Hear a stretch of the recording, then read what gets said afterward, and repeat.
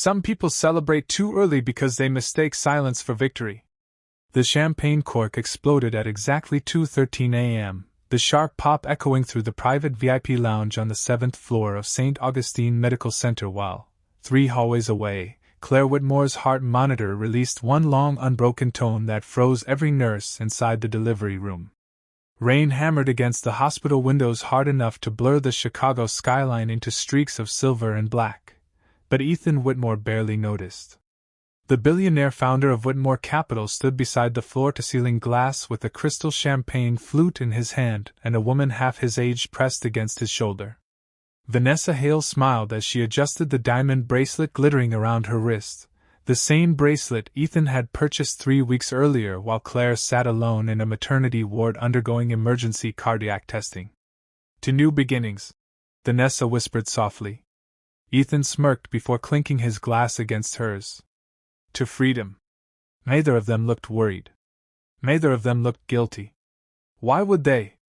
Upstairs in delivery room 6, Claire Whitmore had spent the last 14 hours fighting to bring their daughter into the world while her weakened heart struggled beneath the pressure doctors warned could kill her. But Ethan never stayed long enough to hear those warnings. Meetings were always more important. Dinners were always more urgent. And lately, Vanessa was always waiting. The city once called Claire and Ethan the perfect power couple. Magazine covers. Charity galas. Matching smiles beneath chandelier lights worth more than most Americans made in a year. But people only saw polished photographs.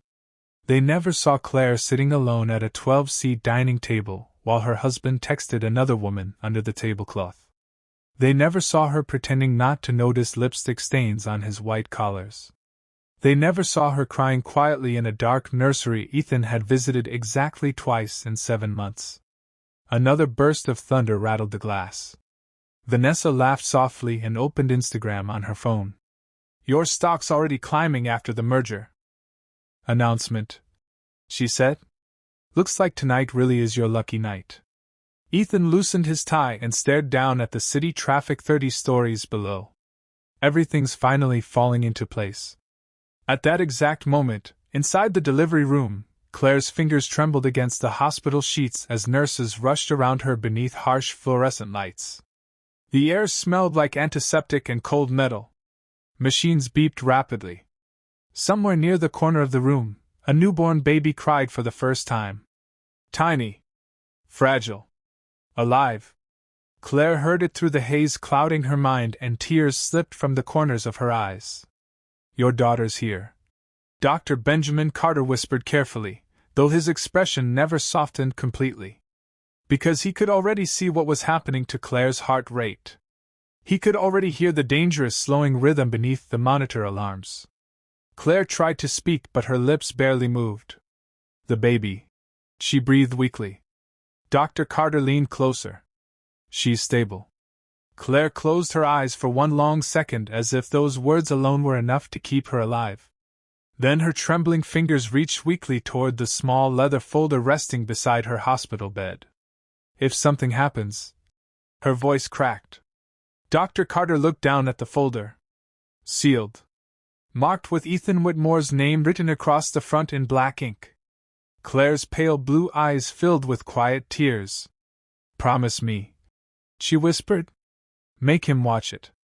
Dr. Carter stared at her for several seconds before slowly taking the folder into his hands. Outside, thunder rolled across Chicago again. And down the hallway, the sound of laughter floated through the hospital while Claire Whitmore's monitor began to slow. The hallway outside delivery room 6 fell eerily quiet except for the distant rumble of thunder and the soft crying of Claire Whitmore's newborn daughter somewhere behind the swinging doors. Dr. Benjamin Carter stood motionless beneath the fluorescent lights with the sealed leather folder still clutched tightly in his hand, while 2 nurses exchanged nervous glances nearby.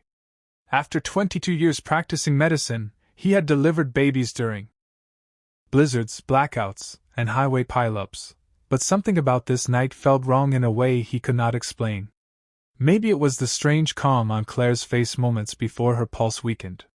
Maybe it was the way she whispered those final words like she already knew exactly what was coming. Or maybe it was because, 3 weeks earlier, Claire had walked into his office alone carrying a stack of documents thick enough to change lives. "I need you to keep these safe," she had told him quietly that afternoon, while autumn rain slid down the windows behind her. She wore a cream maternity coat despite the warm weather, and even then she looked exhausted in a way sleep could not fix.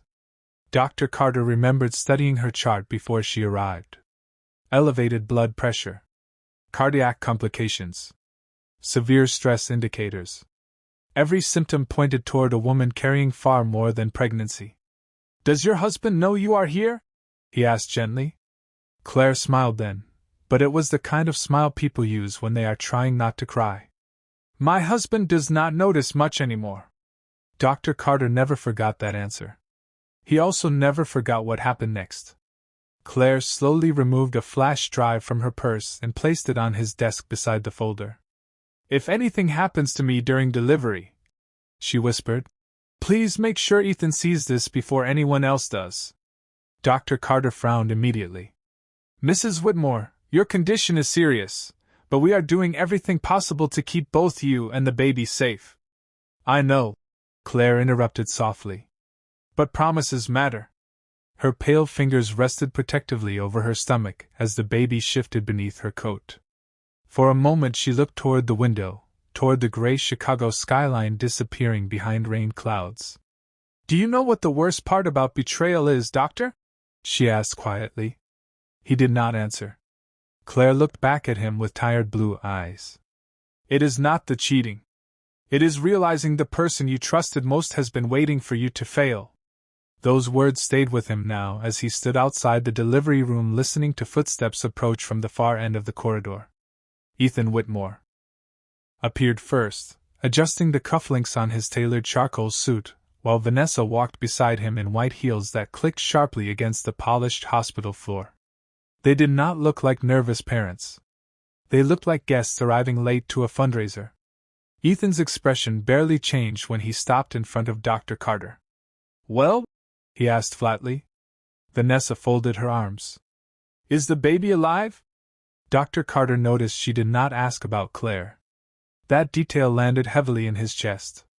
Behind him, through the narrow glass panel of the delivery room door, a nurse carefully carried the newborn infant toward the neonatal station wrapped in a pale pink blanket. Tiny cries echoed faintly through the hallway. Ethan glanced briefly toward the sound before returning his attention to the doctor. "Doctor?" he pressed impatiently. Dr. Carter looked down at the sealed folder in his hands, then slowly back at the billionaire standing before him. Somewhere outside, lightning flashed bright enough to illuminate the entire hallway for one cold second. And then Dr. Carter quietly said the words that made Vanessa's smile disappear. "Before I answer your question, Mr. Whitmore," he said carefully, "your wife asked me to show you something first." Ethan Whitmore stared at the sealed leather folder in Dr. Benjamin Carter's hands with growing irritation, the muscles in his jaw tightening beneath the cold hospital lights while Vanessa shifted uncomfortably beside him for the first time that night. The distant cries of the newborn baby echoed softly through the corridor, but neither of them moved toward the sound. Ethan's attention stayed fixed on the folder like it was an inconvenience standing between him and the future he had already planned. "Doctor," he said slowly, "my wife just went through a medical emergency. I think whatever this is can wait until morning." Dr. Carter did not move. "Mrs. Whitmore was very specific." Something in the doctor's tone caused the hallway to fall even quieter. A nurse passing nearby slowed her pace before quickly disappearing around the corner. Vanessa folded her arms tighter across her white coat. "This is ridiculous," she muttered. "Claire always loved dramatic gestures."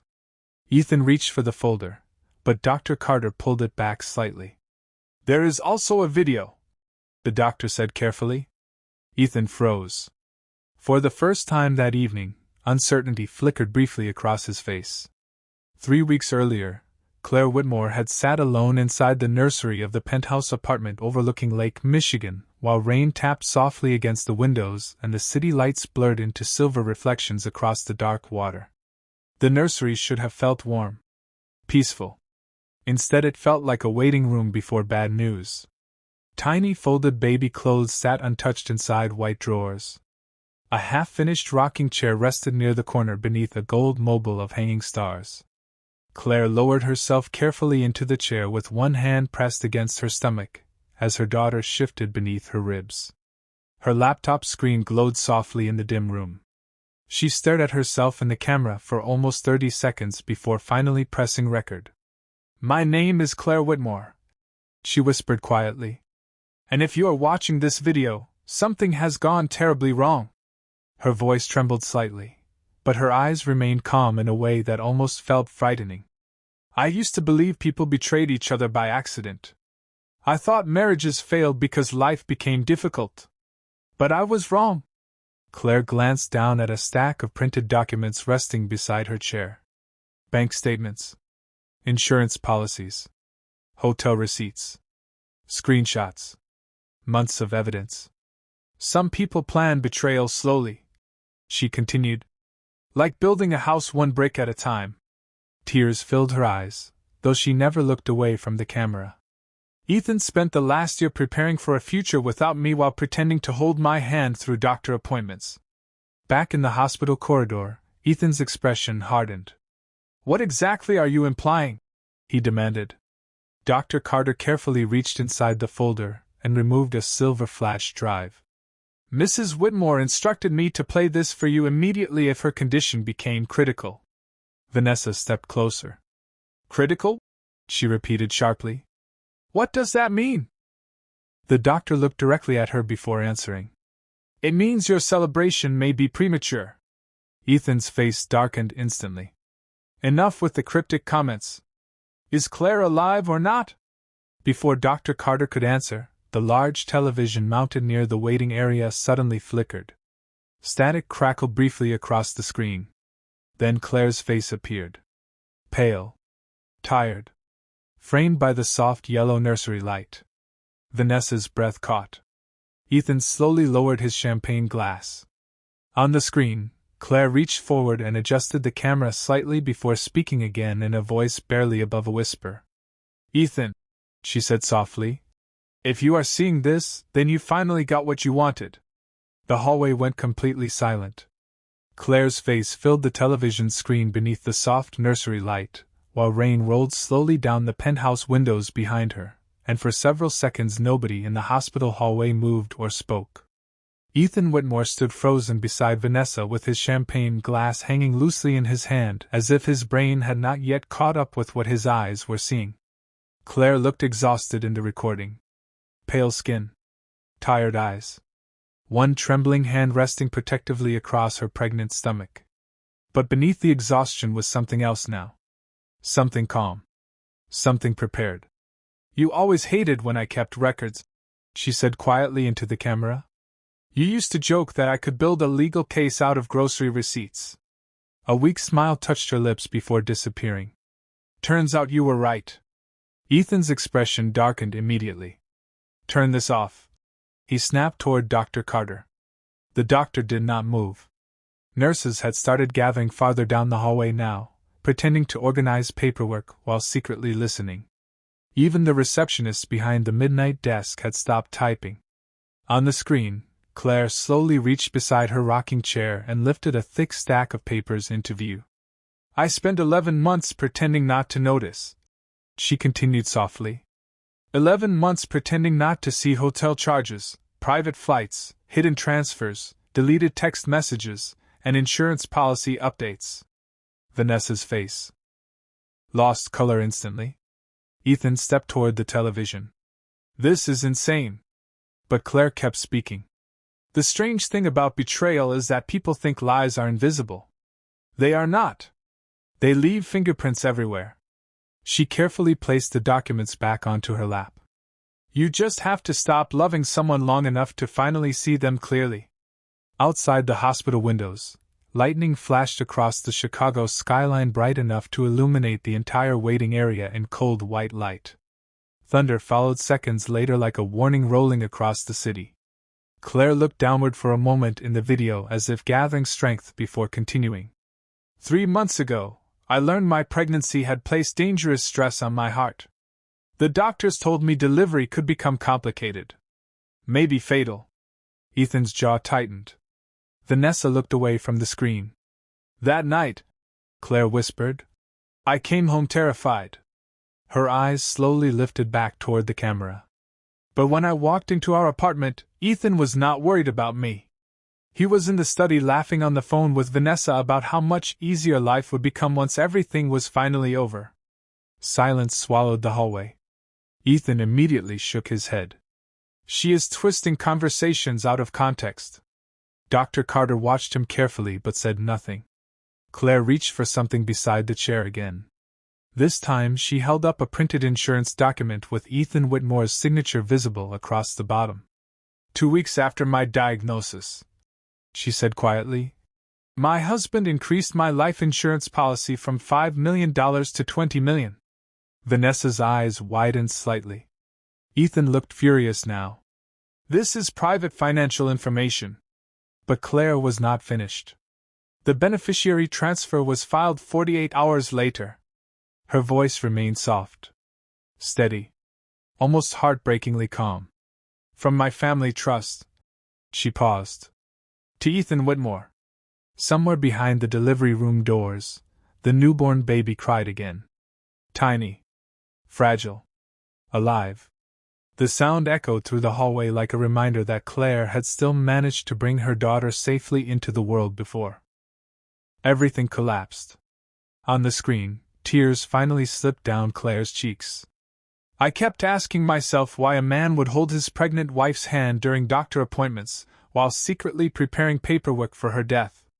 Ethan suddenly slammed the champagne glass onto a nearby counter hard enough to make several nurses jump. Enough.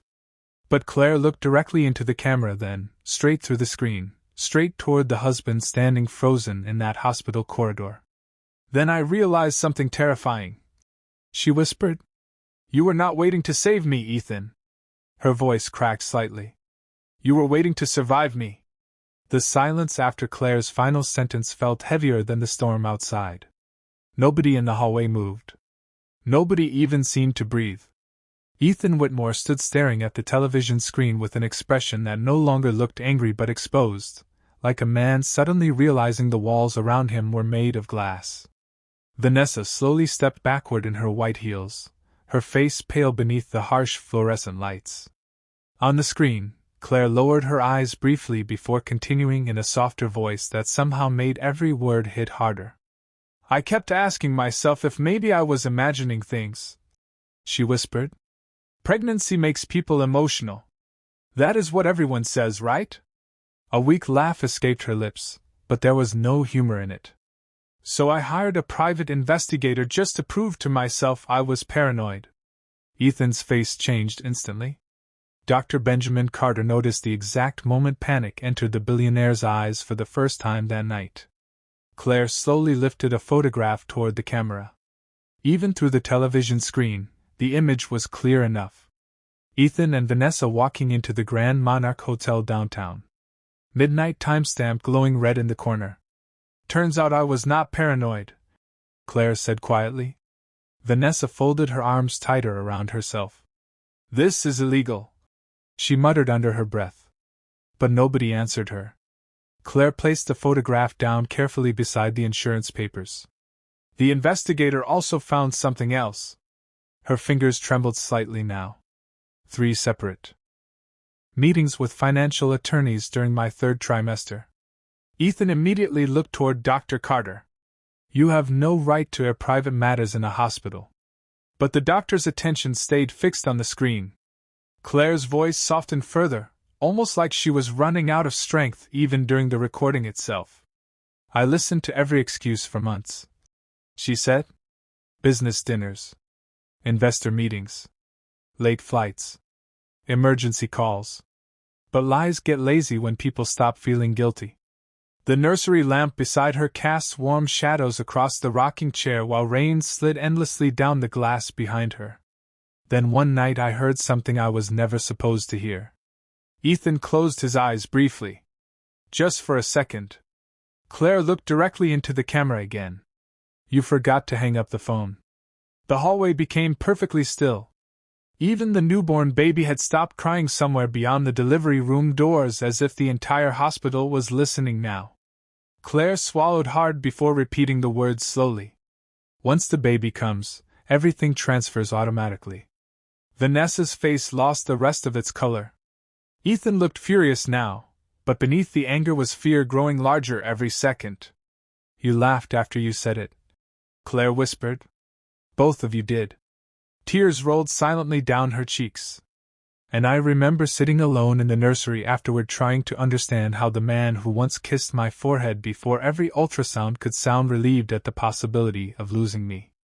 Dr. Carter glanced briefly toward Ethan and saw his hand trembling around the base of the champagne flute. Tiny cracks had started spreading through the glass beneath the pressure of his grip. On the screen, Claire carefully wiped her tears away and reached toward the camera one last time. So I made a decision, she said softly. If my daughter enters this world without me, then the truth enters with her. Ethan suddenly stepped forward. Turn it off right now. But before anyone could react, the hospital elevator doors at the far end of the corridor opened with a soft metallic ding. 4 people stepped out wearing dark suits beneath rain-soaked coats. One of them carried a thick legal briefcase. Another held a federal badge clipped beside his belt. Vanessa stared at them in confusion. Dr. Carter did not look surprised at all. On the television, Claire took one slow breath before speaking again. By the time you watch this video, she whispered, my attorney should already be arriving. Ethan's champagne glass finally shattered against the tile floor. The sound of shattered crystal echoed through the hospital corridor as Ethan Whitmore stared at the federal agents stepping out of the elevator with rain dripping from their dark coats onto the polished tile floor. Nobody spoke for several seconds. The only sound came from the television, where Claire's recorded voice continued softly beneath the distant rumble of thunder outside. If you are watching this, she whispered on the screen, then my attorney should already have everything. Ethan's breathing became uneven now. Not panic yet, but close. Vanessa grabbed his arm tightly. Tell me this is some kind of misunderstanding. Ethan pulled away from her without answering. A tall woman in a navy wool coat stepped forward from the elevator group holding a leather briefcase against her side. Her silver hair was pinned neatly back, and the sharp expression on her face carried the kind of authority that made entire boardrooms go silent. Mr. Whitmore, she said calmly, my name is Patricia Holloway. I represent Claire Whitmore's estate. Ethan laughed once under his breath. Short. Hollow. Estate? He repeated. My wife is not dead. Dr. Benjamin Carter finally spoke again. Mrs. Whitmore is still in critical condition. The hallway shifted instantly. Vanessa blinked hard. Wait, what? Ethan turned toward the doctor so fast the movement startled the nurses nearby. You said she was gone. No, Dr. Carter replied quietly. You assumed that. Silence crashed down harder than thunder. Ethan's face strained of color while the television screen continued glowing beside them. Claire sat quietly in the nursery recording as if she were still watching all of this happen in real time. There is one more thing I need everyone to understand, she said softly. I did not stay silent because I was weak. Patricia Holloway slowly opened her briefcase. Inside were folders thick with legal documents sealed in red tabs. Federal agents stood quietly behind her. One of them carefully removed a tablet device already displaying financial records. Vanessa stepped backward again. Ethan. Her voice trembled now. What is this? But Ethan still said nothing. Patricia removed a document and handed it directly to him. At 6:42 this evening, she said calmly, Claire Whitmore legally transferred controlling ownership of Whitmore Capital into a protected trust under her daughter's name. Ethan stared at the paperwork in disbelief. That is impossible. Actually, Patricia replied, it is extremely legal. Dr. Carter noticed the exact second Ethan realized what had happened. Not grief. Not guilt. Fear. Pure fear. On the television screen, Claire slowly folded her trembling hands together over her stomach. Ethan always believed money made him powerful. She whispered. But power is really about timing. The newborn baby cried again somewhere deeper inside the maternity ward, the tiny sound carrying down the hallway like an alarm no one could silence. Claire's eyes filled with tears in the video. I spent years helping build Whitmore Capital, she said quietly. Long before magazine covers. Long before private jets. Long before Vanessa. Ethan's expression darkened immediately at the sound of her name. Every investor contact. Every early acquisition. Every overseas partnership. Claire shook her head slowly. He liked to call himself self-made. A sad smile crossed her lips. But he forgot whose fingerprints were already on the blueprint. Vanessa looked between the television and the legal documents in Ethan's shaking hands. What is she talking about? She whispered. Patricia answered without emotion. Mrs. Whitmore retained majority ownership through silent equity agreements your client never realized remained active after the company restructuring. Ethan looked stunned. No. Patricia's voice stayed calm. Yes. On the television, Claire leaned slightly closer toward the camera. So if you are standing there thinking you finally won.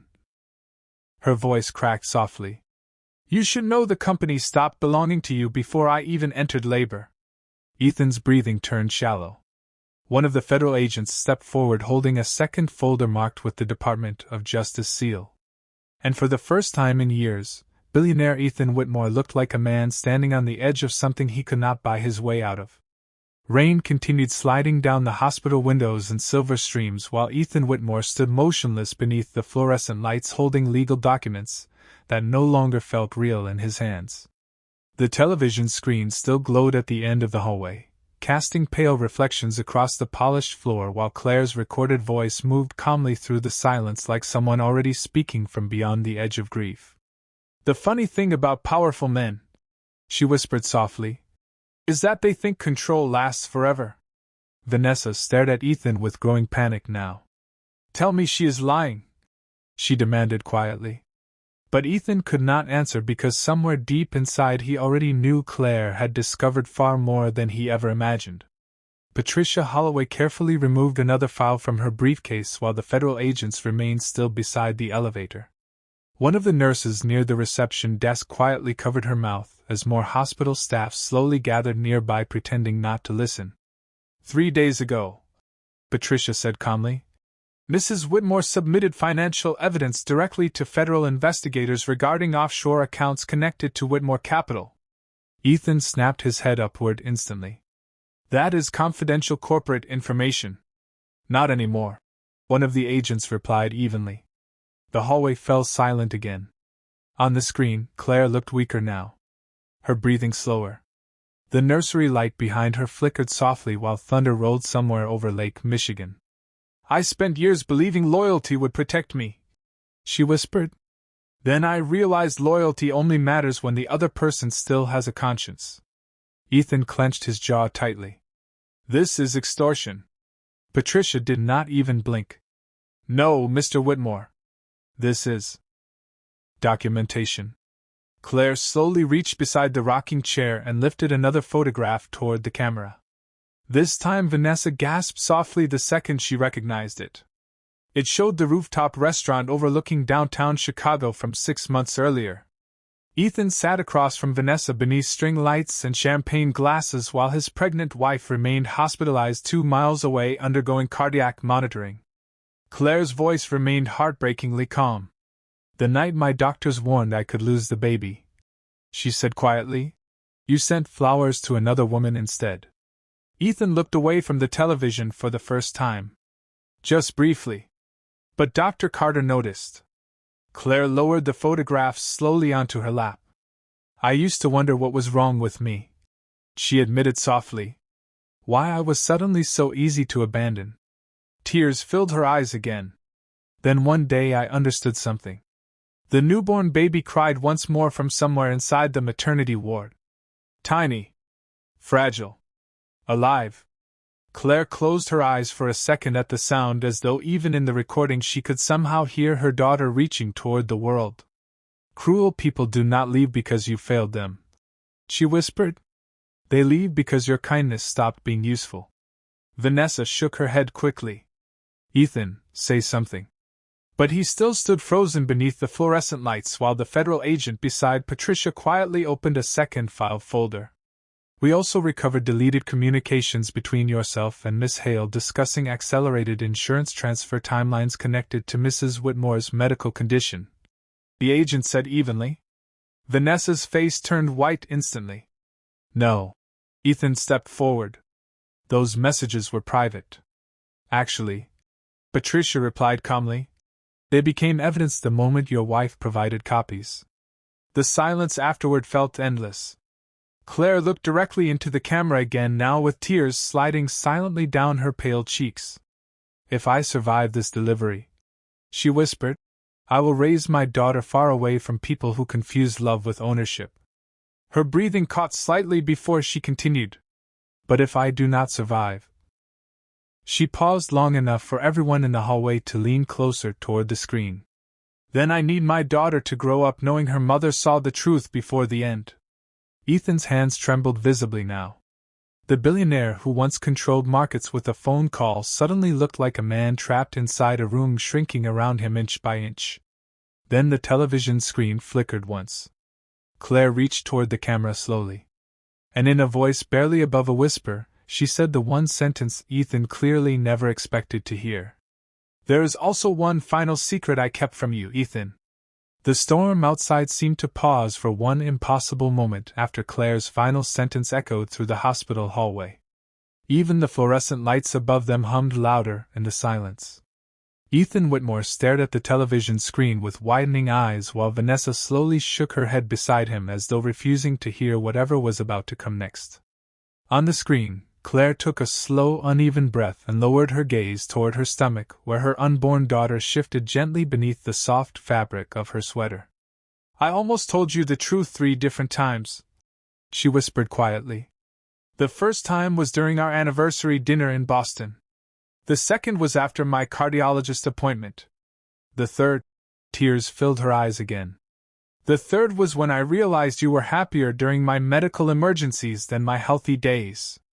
Ethan's face tightened instantly. This is insane, he muttered under his breath, though the confidence was gone now. Claire slowly looked back into the camera. You spent years convincing everyone you were the smartest person in every room. A weak smile crossed her lips. But arrogance makes people careless. Patricia Holloway remained perfectly calm beside the federal agents while nurses nearby exchanged nervous glances. Dr. Benjamin Carter noticed more hospital staff quietly gathering farther down the corridor, pretending to push carts or review charts while listening to every word. On the screen, Claire carefully reached for a small envelope resting beside the rocking chair. Her fingers trembled visibly now. 2 years ago, she whispered, after we struggled to conceive, Ethan secretly visited a fertility specialist alone. Ethan's face changed instantly. Vanessa looked sharply toward him. What is she talking about? But Claire continued before he could answer. You told me the doctors found nothing serious, she said softly. You held my hand and promised we would keep trying together. She slowly lifted the envelope higher toward the camera. But 6 months later, I found the real report hidden inside your office safe. Ethan stepped forward suddenly. Turn this off. Nobody moved. Claire carefully opened the envelope and removed a folded medical document. The report confirmed something Ethan never wanted anyone to know. Her voice dropped almost to a whisper now. He could not father children naturally. Vanessa's mouth parted in shock. Ethan looked furious enough to shatter the entire hallway with one word, but nothing came out. Claire lowered her eyes briefly before continuing. I never cared about that diagnosis, she said quietly. I loved my husband. I thought honesty mattered more than pride. Tears slipped down her cheeks again. But Ethan cared. Dr. Carter watched Ethan's hands trembling harder now while the federal agent beside Patricia quietly opened another folder containing fertility clinic records already highlighted with yellow tabs. On the television, Claire's breathing became uneven. A year later, I discovered he had secretly scheduled a sterilization procedure without telling me. Vanessa stared at Ethan in disbelief. You told me she trapped you with the pregnancy. Ethan finally exploded. Enough. His voice echoed violently through the corridor, startling several nurses. But Claire kept speaking softly through the screen like someone already beyond fear. The night I confronted him, she whispered, he looked me directly in the eyes and said maybe motherhood simply was not meant for me. The newborn baby cried again somewhere deep inside the maternity ward. Tiny. Fragile. Alive. Claire closed her eyes briefly at the sound before smiling through tears. What Ethan never realized, she whispered, was that I had already visited another specialist. Patricia slowly removed a second medical file from her briefcase. Ethan's breathing turned shallow. Claire lifted her eyes toward the camera one final time. This baby was conceived legally through embryo preservation before Ethan's procedure. Her voice cracked softly. And because I knew exactly what kind of man my husband had become. She paused long enough for the entire hallway to lean closer toward the screen. I made certain he could never use my daughter as leverage after I was gone. Ethan looked like the ground beneath him had disappeared. Then Claire whispered the sentence that finally broke Vanessa completely. My daughter does not legally belong to Ethan Whitmore at all. The hospital hallway felt colder after Claire's final words faded from the television speakers. Nobody moved. Nobody even seemed willing to breathe too loudly.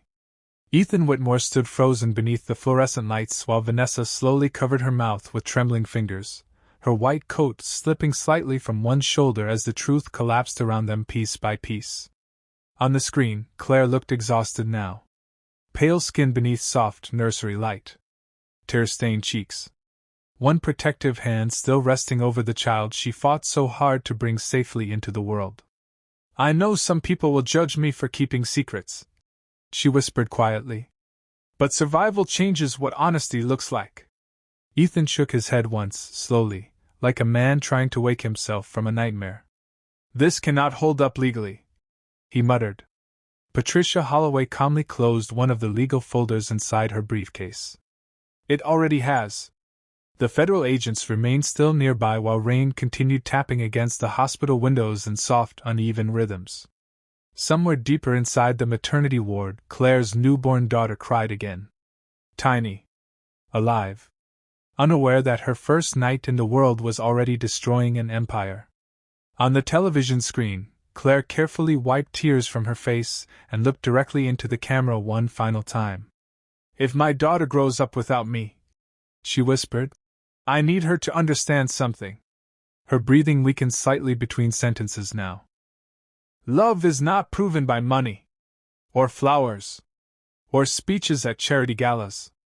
Ethan lowered his eyes for the first time all night. Claire's voice softened even further. Love is who stays gentle with your heart after learning all the ways they could break it. The hallway remained perfectly silent. Even Vanessa could not speak anymore. Claire glanced toward the nursery window beside her rocking chair where Chicago lights shimmered through the rain like distant stars. I used to think surviving betrayal meant getting revenge, she admitted quietly. But I was wrong. A faint sad smile touched her lips. Real survival is making sure the people who hurt you never get to shape your child's future. Dr. Benjamin Carter looked toward the delivery room doors as a nurse carefully stepped out carrying a tiny pink blanket against her chest. The newborn baby shifted softly in her arms beneath the dim hallway lights. Patricia noticed Ethan staring at the infant immediately, but before he could step forward, the nurse turned toward Dr. Carter instead. She is healthy, the nurse whispered gently. 6 pounds, 4 ounces? Claire's recorded voice continued in the background.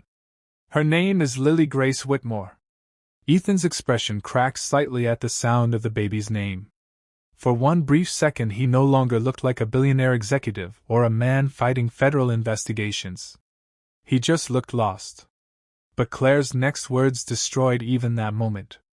And if Ethan is standing there pretending to mourn me, she whispered softly, please remember something. Her pale blue eyes stared directly into the camera with heartbreaking calm. A man who celebrates your suffering does not suddenly become good because he loses control of the story. Vanessa stepped backwards slowly as though those words had physically struck her. The federal agent beside Patricia quietly opened a folder containing preliminary warrants, while another agent spoke softly into an earpiece. Ethan noticed the movement immediately. "You cannot arrest me over a video." Patricia looked at him evenly. "No, Mr. Whitmore." She nodded toward the financial evidence stacked inside the folders. "But we can investigate you because of what your wife already exposed before tonight." On the screen, Claire's breathing became shallow now. Slower. "If I survive," she whispered, "tell Lily her mother never stopped fighting for her." Tears rolled silently down her cheeks. "And if I do not?" She paused for several seconds while thunder rolled across Chicago one last time outside the hospital windows. Then Claire smiled weakly toward the camera with the kind of peace only exhausted people ever seem to find. "Then let my daughter grow up far away from people who confuse cruelty with power." The screen faded slowly to black. At almost the exact same moment, the delivery room doors opened behind Dr. Carter. Every head in the hallway turned instantly. The doctor stepped forward quietly, his expression unreadable beneath the cold hospital lights. Then he looked directly at Ethan Whitmore and spoke the one sentence nobody expected to hear. "Your wife just opened her eyes."